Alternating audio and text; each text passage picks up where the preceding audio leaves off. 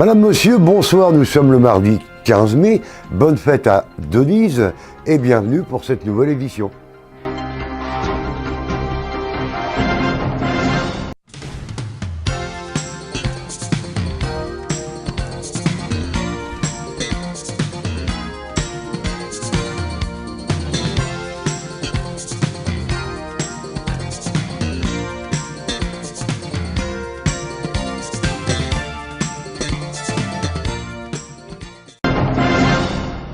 Le week-end de l'Ascension est une date traditionnelle à Évaux-les-Bains. C'est le rendez-vous des grandes dames de la route. Durant 4 jours, elles ont sillonné les routes crozioises et bourbonnaises. La Virada a pris ses quartiers dans la cité thermale lors du week-end de l'Ascension.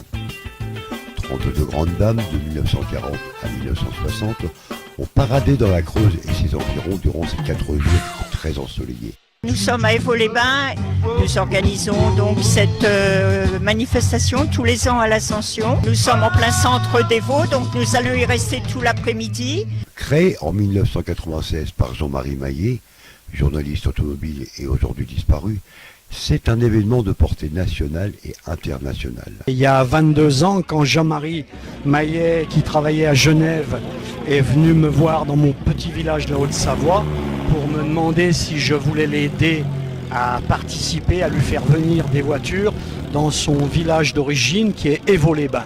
Pour Martine Benamo, la présidente du Virada Autoclub creusois, c'est toujours un plateau de grande qualité qui est présenté lors de cette virée creusoise. Jean-Marie Maillet, donc, qui est le fondateur de cette manifestation, a dû en faire 14 ou 15, donc il est décédé malheureusement.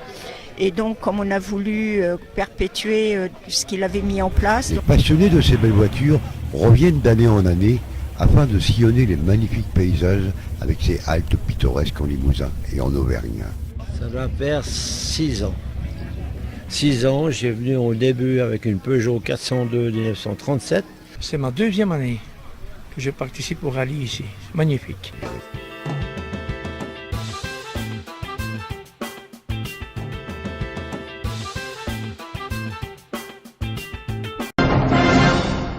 Dans le cadre des festivités de la Virada creusoise, le groupe Let's Go a donné des couleurs de rock'n'roll à la cité thermale, qui s'est achevée au restaurant Le Casse-Croûte, une belle soirée 13 années 60. We are going home to see my baby. Yeah, I'm going home to see my girl. Why don't you know she really loves me? Yeah, I'm going home to see my baby. Yeah, I'm going home to see my baby. Yeah, I'm going home to see my girl. On est dans le centre-ville d'Évaux-les-Bains, on est juste à côté de la mairie. On est installé depuis 1 an et demi, 2 ans au mois de juillet. Et nous, notre souhait, c'est de faire des plats traditionnels, en plus de la pizza, qui est artisanale, puisque nous faisons tout nous-mêmes. Tout est fait maison. J'ai mon épouse qui est en cuisine avec moi. Et voilà. Donc on fabrique, on travaille énormément avec des produits locaux et du produit frais surtout.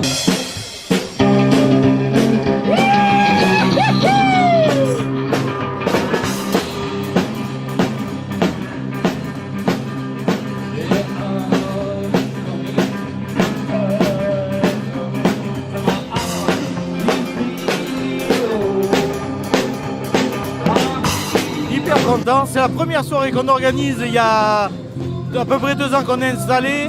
Et franchement, les Évaoniens sont là, l'orchestre est superbe. Et je remercie tout particulièrement votre chaîne d'être sur place pour l'événement. Et je remercie aussi le président de l'Amicale et sa femme qui sont venus pour cette soirée. Ça nous fait très plaisir et je pense qu'on va renouveler plus souvent. On a un groupe Let's Go, donc ça met l'ambiance. De du rock, de rockabilly. Voilà, Rockabilly, c'est un groupe qui vient régulièrement jouer sur Évaux, qui mérite d'être connu, le groupe Let's Go. Jean-Pierre est professeur de musique sur Évaux, il fait partie de l'école de musique. Donc autant faire travailler des gens du coin.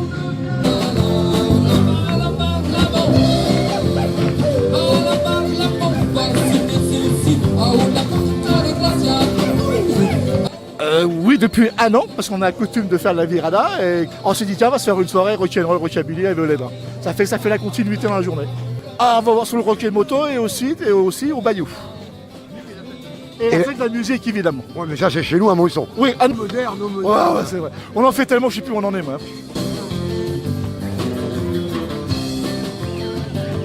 Et voilà, le repas a été fait, concocté avec des entrecôtes de chez le boucher, qu'on connaît tous ici, Monsieur Debout. Donc c'est les agriculteurs, ça vient directement du coin aussi. On fait travailler le local et on travaille avec les gens des Vaux et on essaie de dynamiser un peu cette commune. Et là je remercie aussi la mairie de nous avoir permis de barrer la route ce soir. That you love me all the time, but don't you know she treats me right?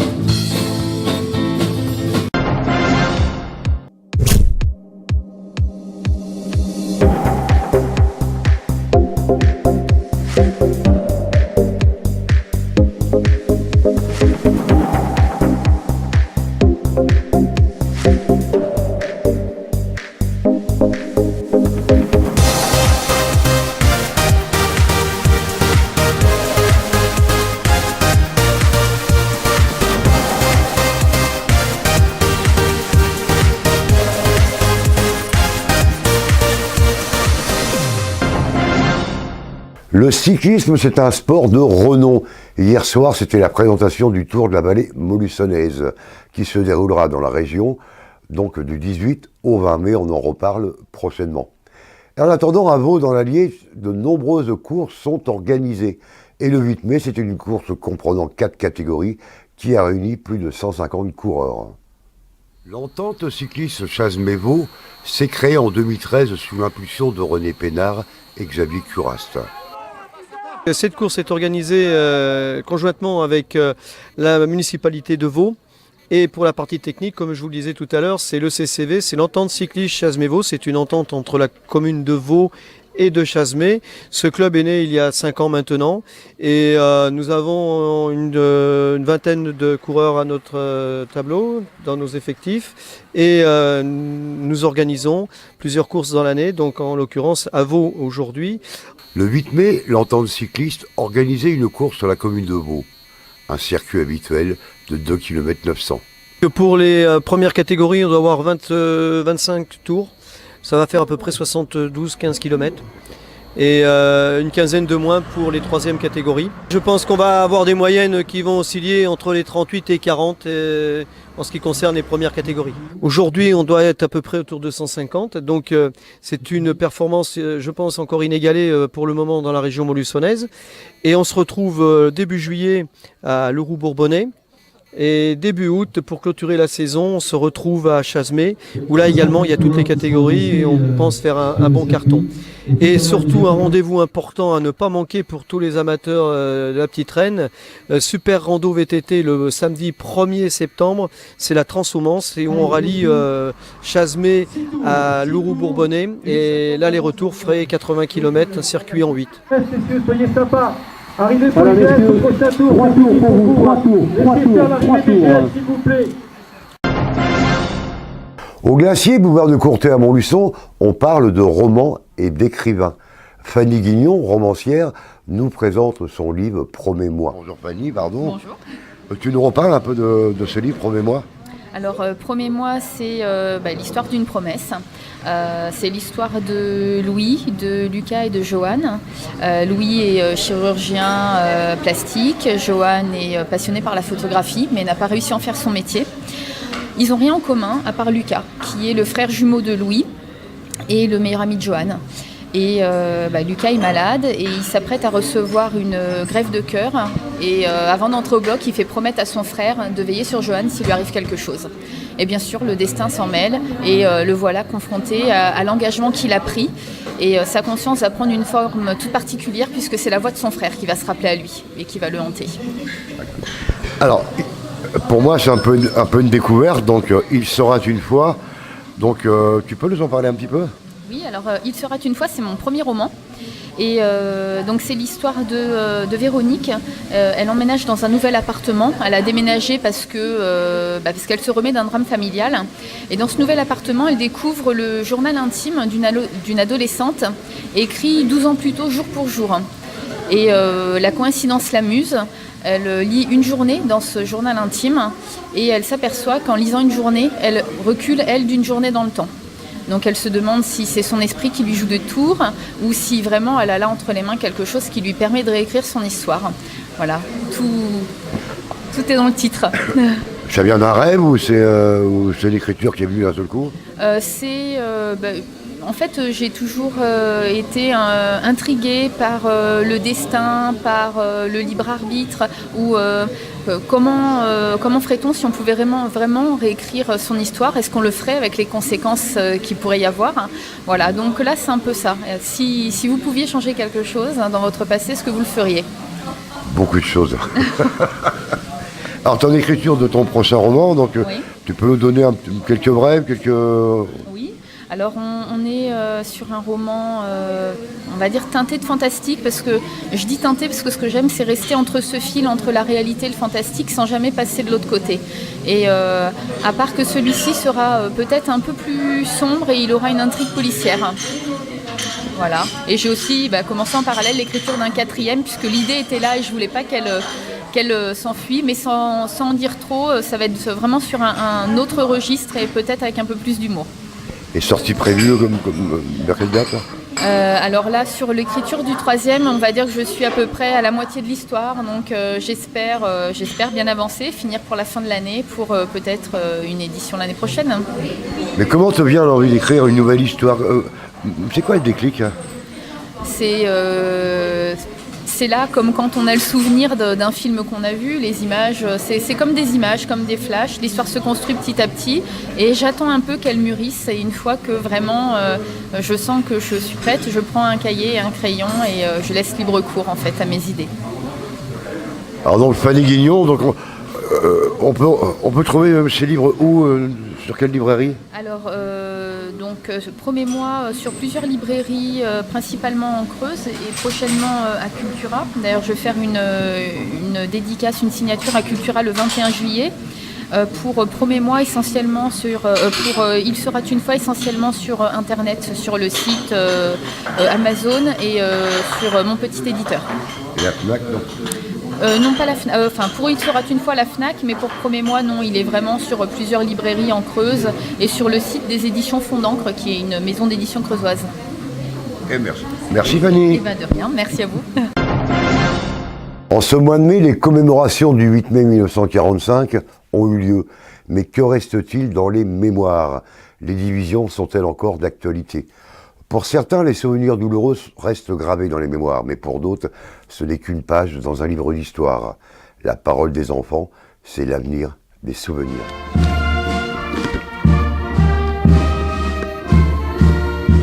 Les commémorations du 8 mai 1945, mais que reste-t-il dans les mémoires? Les divisions sont-elles encore d'actualité? Alors pourquoi le Parti communiste ne fait pas partie du protocole? Très bonne question. Si je le savais, je vous répondrais malheureusement depuis plusieurs années.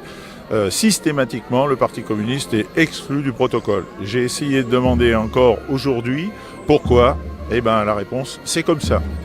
Pour certains, les souvenirs douloureux sont gravés dans leur mémoire. Que lancent les anciens combattants et victimes de guerre, toutes générations confondues. La guerre ne résout Ou alors c'est pour refaire l'histoire. C'est pas moi qui le dis. En son temps, le général de Gaulle disait que le Parti communiste était le parti des fusillés. C'est pas pour rien. Donc on sait très bien que chacun autour de nous connaît certainement quelqu'un qui a été pendant cette guerre soit fusillé, soit malheureusement très grièvement blessé. Si je vous parle du 8 mai 1945, je vous fais penser à quoi? La Seconde Guerre mondiale. La fin de la guerre. Vous l'avez appris au conseil municipal ou vous l'avez appris à l'école? Les deux. Moi aussi, à l'école. Oui, chez moi, mon papa. CE1 peut-être. Ouais, en CE1, on en a un peu parlé et là en 3e. Enfin, pour d'autres, ce n'est qu'une page dans le grand livre d'histoire de la France. Est-ce qu'à l'école, vous en parlez avec vos copains, vos copines? Pas vraiment, pas en ce moment. Mais c'est vrai qu'il faudrait le faire. La mort des enfants. Les Veldiv. Veldiv. On parle du 8 mai 1945, tu penses à quoi? À la capitulation de l'Allemagne nazie. Il y a des millions de gens qui sont morts, les juifs, tout ça. C'est triste, quoi. À demain, donc 19h, ce soir à la télé, L'Arme Fatale sur TF1, c'est bien sûr la série, et sur M6, le lancement de Iceland Célébrité. Bonne soirée à tous et portez-vous bien.